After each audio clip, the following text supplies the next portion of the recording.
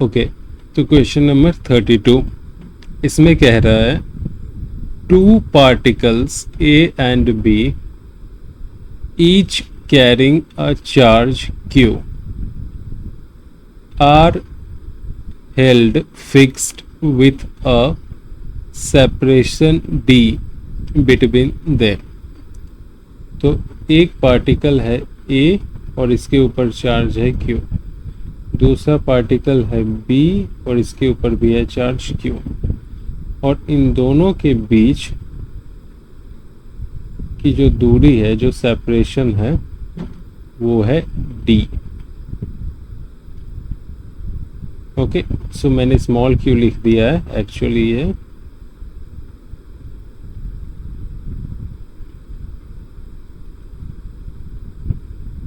Capital Q है।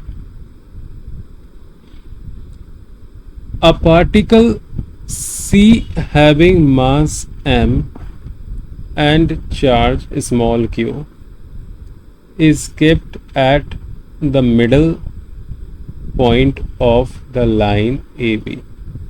तो एक पार्टिकल है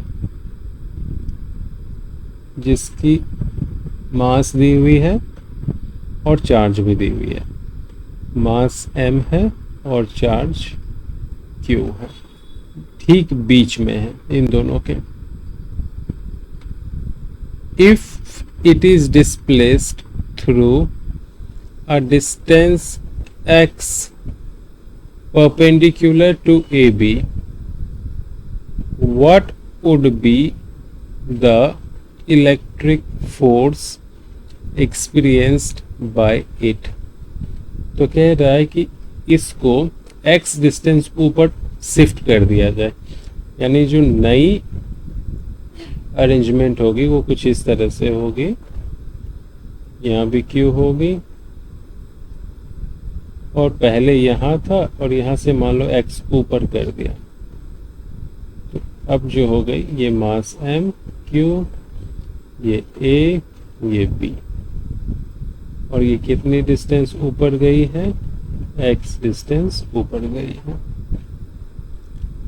तो कह रहा है ये कितनी इलेक्ट्रिक फोर्स एक्सपीरियंस करेगी। तो काफ़ी सिंपल है इलेक्ट्रिक फोर्स। तो देखो ये जो चार्ज A है वो इसके ऊपर रिपल्सिव फोर्स लगाएगा इस डायरेक्शन में, और चार्ज B भी सेम है तो वो रिपल्सिव फोर्स लगाएगा इस डायरेक्शन में। मान लो ये F फोर्स लगाया और ये F फोर्स, तो दोनों का जो रिजल्टेंट होगा वो किधर होगी, ऊपर इस डायरेक्शन में। ओके, F रिजल्टेंट, यही नेट फोर्स होगा जो इस चार्ज के ऊपर लगेगा। अब मान लो कि ये जो एंगल है ये है थीटा, ये भी एंगल क्या हो जाएगी, थीटा। तो एंगल सम प्रॉपर्टी, यानी ट्राइंगल के तीनों एंगल को ऐड करेंगे तो क्या होगा, 180 डिग्री होगी। तो ये जो एंगल है ये कितनी हो जाएगी, 180 डिग्री माइनस 2 थीटा। ओके, मैं यहाँ लिख रहा हूँ इस एंगल की value 180 degree minus 2 theta, correct. तो अब ये वर्टिकली ऑपोजिट है ना, तो ये भी एंगल उतनी ही हो जाएगी 180 डिग्री माइनस 2 थीटा। अब रिजल्टेंट निकालेंगे, यहाँ F लग रहा है, यहाँ F, तो जो F R हो जाएगा वो क्या होगा, under root F square plus F square plus 2f into F cos theta, और थीटा कितनी है 180 डिग्री माइनस 2 थीटा। ओके, तो ये हो जाएगी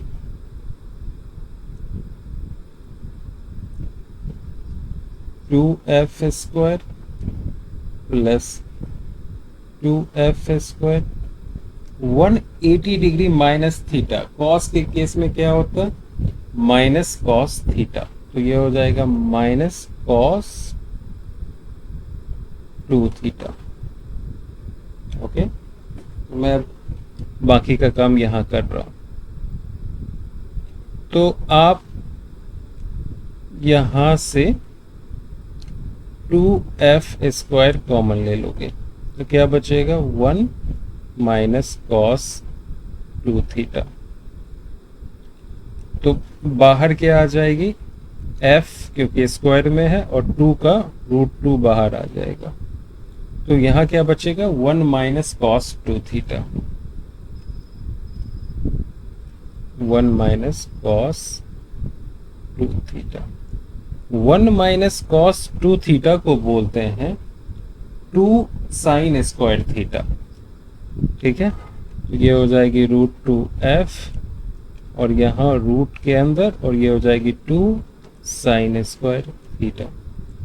तो साइन थीटा बाहर आ जाएगी, और 2 का √2, पहले से यहाँ √2 है और एक √2 यहाँ, तो 2 बन जाएगा। तो ये क्या आ जाएगी? 2f sine theta. ओके, तो रिजल्टेंट फोर्स इतनी हो गई, जो कि ऊपर की तरफ लगेगी। ओके,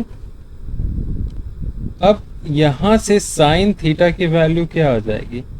ये परपेंडिकुलर अपॉन हाइपोटेनियस। ओके, तो ये वैल्यू डाल देंगे। अब मैं इसको इरेज कर देता हूं, आप लोग नोट डाउन कर लेना।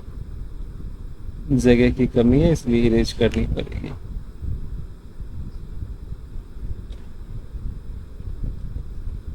तो 2f साइन थीटा की जगह हो जाएगी परपेंडिकुलर, ये x और ये हाइपोटेनस।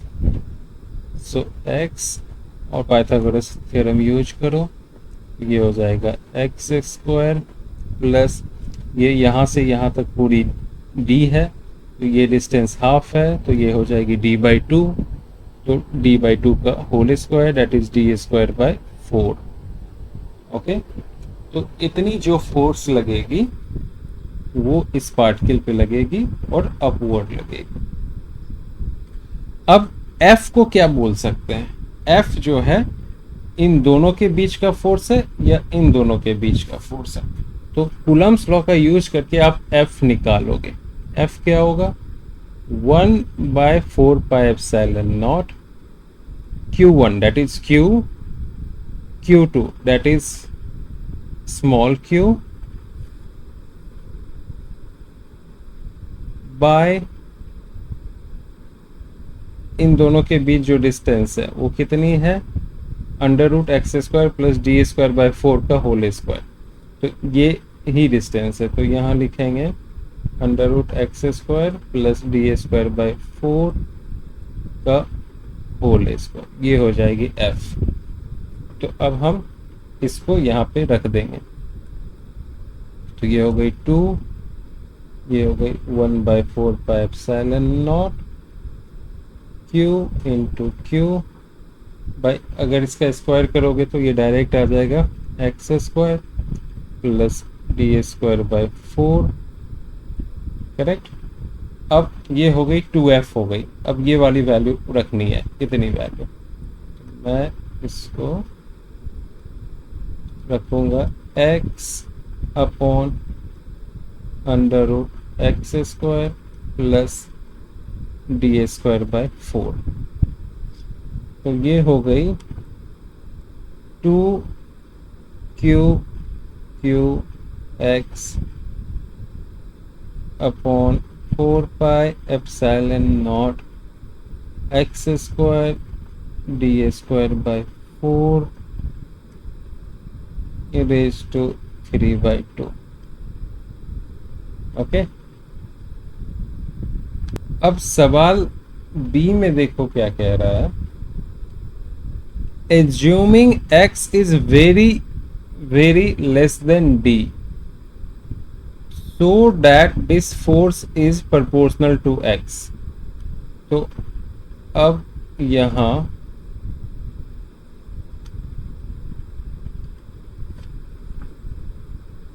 नई फोर्स क्या हो जाएगी, ये पहले क्वेश्चन का आंसर है, when x is very less than d। तो आप नीचे जो है इस x को ओमिट कर दोगे, ओके, क्योंकि x d से बहुत ही छोटी है, ओके।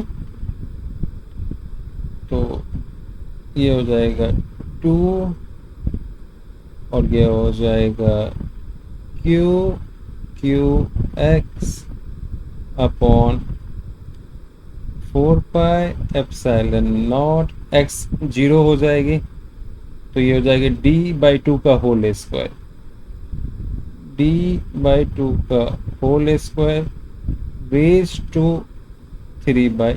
तो ये 2 और ये 2 हो जाएगा कैंसिल, ओके। तो फाइनली क्या आ गया, मैं यहाँ लिख रहा हूँ 2qx upon 4 pi epsilon not, और ये हो जाएगा d/2 raise to 3, that is dq/8। तो ये ऊपर चला जाएगा, तो अल्टीमेटली जो आ गई वैल्यू वो हो गई 16qx upon 4 pi epsilon not dq। तो यहाँ आप क्लियरली देख सकते हो जो फोर्स है वो किसके प्रोपोर्शनल है, x के डायरेक्टली प्रोपोर्शनल है, ओके। ये रिजल्टेंट फोर्स है। अब इस सवाल में देखो, under what condition will the particle C execute simple harmonic motion if it is released after such a small displacement? Find the time period of the oscillations if these conditions are satisfied. Okay, so यहाँ पे देखो जो simple harmonic motion है उसमें जो force होती है वो -kx होती है, ओके। यहाँ पे के रीस्टोरिंग कांस्टेंट है, यानी स्प्रिंग कांस्टेंट। तो इस केस में जो हमारा फोर्स आया है नेट फोर्स, ओके, ये प्रोपोर्शनल तो है एक्स के, लेकिन ये तभी सिंपल हार्मोनिक मोशन होगा जब Q या Q इन दोनों में से एक ऑपोजिट साइन का हो, यानी Q पॉजिटिव होगी और स्मॉल q नेगेटिव होगी, या फिर स्मॉल q पॉजिटिव होगा और कैपिटल Q नेगेटिव होगा, तभी जाके ये सिंपल हार्मोनिक मोशन है। अगर दोनों ही चार्ज सेम आवेश के होंगे, यानी सेम पॉजिटिव होंगे या नेगेटिव होंगे, तो सिंपल हार्मोनिक मोशन नहीं होगा। तो देख लेना इन सब चीज़ों को, मे भी सब कुछ ठीक हो। क्वेश्चन नंबर 34 देखो क्या कह रहा, the electric force experienced bye a charge of 1 × 10⁻⁶ coulomb. तो एक चार्ज है 1 × 10⁻⁶ कूलम, यानी Q की वैल्यू है, इज 1.5 × 10⁻³ न्यूटन। तो ये जो चार्ज है ये फोर्स एक्सपीरियंस कर रही है, कितनी फोर्स एक्सपीरियंस कर रही है, 1.5 × 10⁻³ न्यूटन, ओके। इसको फोर्स मिल रहा है 1.5 × 10⁻³ Newton. Find the magnitude of the electric field at the position of charge. तो फोर्स पर यूनिट चार्ज को ही क्या बोलते हैं, इलेक्ट्रिक फील्ड। तो इलेक्ट्रिक फील्ड का जो मैग्नीट्यूड होगा फोर्स पर यूनिट चार्ज हो जाएगा। तो 1.5 × 10⁻³ अपॉन 1 × 10⁻⁶। तो ये हो गई 1.5 × 10⁻³ और इलेक्ट्रिक फील्ड की जो यूनिट होती है वो न्यूटन पर कूलम होती है, और एक दूसरी यूनिट है जिसको वोल्ट पर मीटर कहते हैं। इसका आंसर इतना हो गया 1.5 इंटू 10⁻³ न्यूटन पर कूलम। इस पोजीशन पे इलेक्ट्रिक फील्ड की वैल्यू मैग्नीट्यूड में, क्योंकि इलेक्ट्रिक फील्ड वेक्टर क्वांटिटी है, डायरेक्शन में पूछेगा तो चीज़ें थोड़ी सी बदलेंगी। क्वेश्चन नंबर 35 क्या कह रहा है, 2 particles A and B having charges of 2 into 10⁻⁻6 coulomb and of -4 into 10⁻⁻6 coulomb respectively are held fixed at a separation of 20 centimeter। तो दो चार्ज हैं, एक A, इसकी चार्ज की मैग्नीट्यूड है 2 इंटू 10⁻⁻6 कूलम, एक है B, इसकी मैग्नीट्यूड है -4 इंटू 10⁻⁻6 कूलम। इन दोनों के बीच का सेपरेशन है 20 सेंटीमीटर। ओके, नेक्स्ट क्या कह रहे हैं, locate the points on the line A B where the electric field is 0। अब ध्यान रखना, इलेक्ट्रिक फील्ड हमेशा पॉजिटिव चार्ज से निकलती है, नेगेटिव चार्ज की तरफ जाके टर्मिनेट हो जाती हैं। ओके, तो यहाँ से निकलेगी कुछ इस तरह और यहाँ आके टर्मिनेट होगी। ओके, सारी इलेक्ट्रिक फील्ड।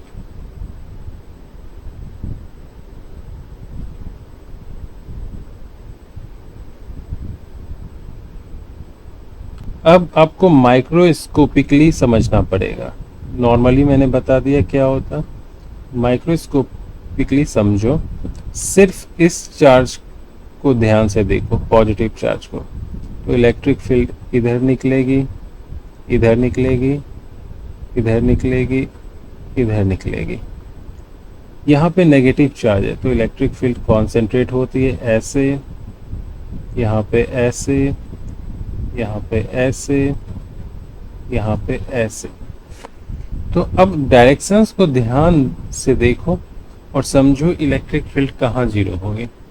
इलेक्ट्रिक फील्ड यहाँ पे कहीं पे जीरो हो सकती है या नहीं हो सकती है, ध्यान से देखो।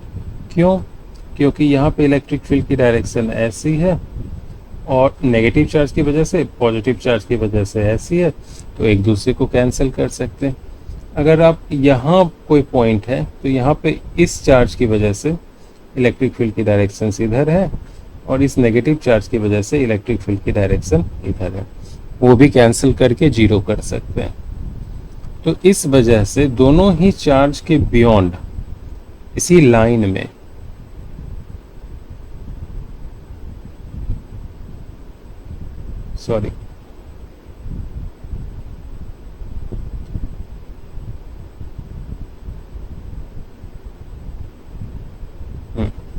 तो इसी लाइन में इधर अगर आप एक्सटेंड करोगे, यहाँ पे एक पॉइंट ले लो या यहाँ पे एक पॉइंट ले लो, इन दोनों जगह पे कहीं भी इलेक्ट्रिक फील्ड जीरो होगी। तो मान लो ये पॉइंट हम कंसीडर करते हैं C, ओके, और वहाँ पे इलेक्ट्रिक फील्ड क्या है, 0। तो यहाँ से यहाँ पे जो इलेक्ट्रिक फील्ड होगी वो किस डायरेक्शन में होगी, बाहर की तरफ, और इस चार्ज की वजह से जो होगी वो अंदर की तरफ। दोनों की मैग्नीट्यूड सेम होगी तभी एक दूसरे को कैंसिल करके जीरो करेगी, है ना। तो सिर्फ मैग्नीट्यूड को काउंट करना।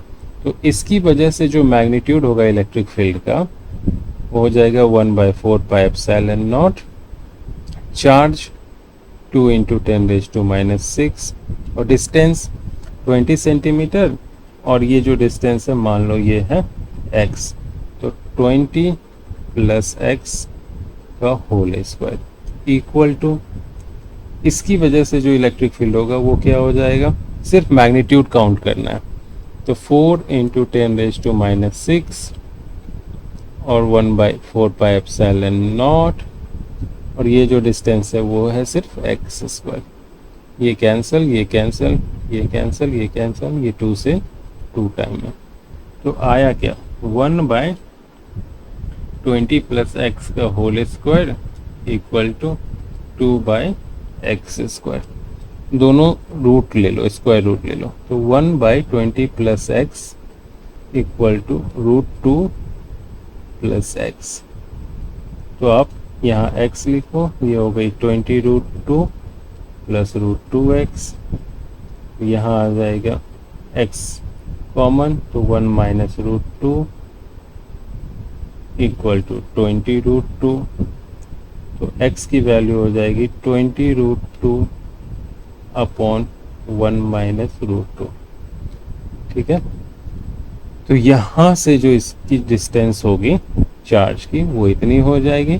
तो a से जो होगी ये डिस्टेंस प्लस 20 ऐड कर देंगे।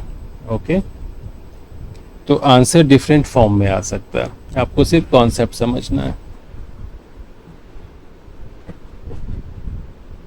अब हम करेंगे क्वेश्चन नंबर बी। कहाँ पे पोटेंशियल जीरो होगी? तो पोटेंशियल का फॉर्मूला क्या होता है, Q/4πε0 इंटू आर।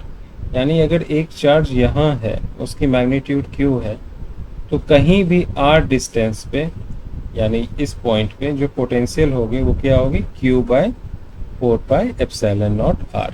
इसको नोट डाउन कर लें। अब इसी को आइडियलाइज करके हम सॉल्व करेंगे। तो देखो यहाँ पे एक चार्ज था 2 × 10⁻⁻6 कूलम। यहाँ एक चार्ज है -4 × 10⁻⁻6 कूलम। इन दोनों के बीच डिस्टेंस 20 सेंटीमीटर है। तो देखो इस चार्ज की वजह से जो यहाँ होगी वो पॉजिटिव पोटेंशियल होगी, क्योंकि ये चार्ज पॉजिटिव, और इस चार्ज की वजह से जो यहाँ पे पोटेंशियल होगी वो नेगेटिव पोटेंशियल होगी। अगर ये दोनों बराबर होंगे तो क्या हो जाएगा, नेट पोटेंशियल जीरो हो जाएगी इस पॉइंट पे। तो इस चार्ज से इस पॉइंट C की डिस्टेंस मान लो x, तो इससे इसकी डिस्टेंस हो जाएगी 20 - x सेंटीमीटर। अब पॉजिटिव पोटेंशियल निकालो, तो मैंने पोटेंशियल का फॉर्मूला सिखाया, 1/4πε0 Q, यानी 2 × 10⁻⁶ बाय r, यहाँ x है r। ओके, अब ये हो गई पॉजिटिव पोटेंशियल। अब इसको ऐड करेंगे नेगेटिव पोटेंशियल के साथ, तो वैल्यू 0 आ जाएगी। तो नेगेटिव पोटेंशियल क्या हो जाएगी, 1/4πε0 और यहाँ -4 × 10⁻⁶ अपॉन 20 - x। ओके, ये हो गई नेगेटिव पोटेंशियल। दोनों को ऐड करेंगे, रिजल्टेंट क्या आ जाएगा, 0।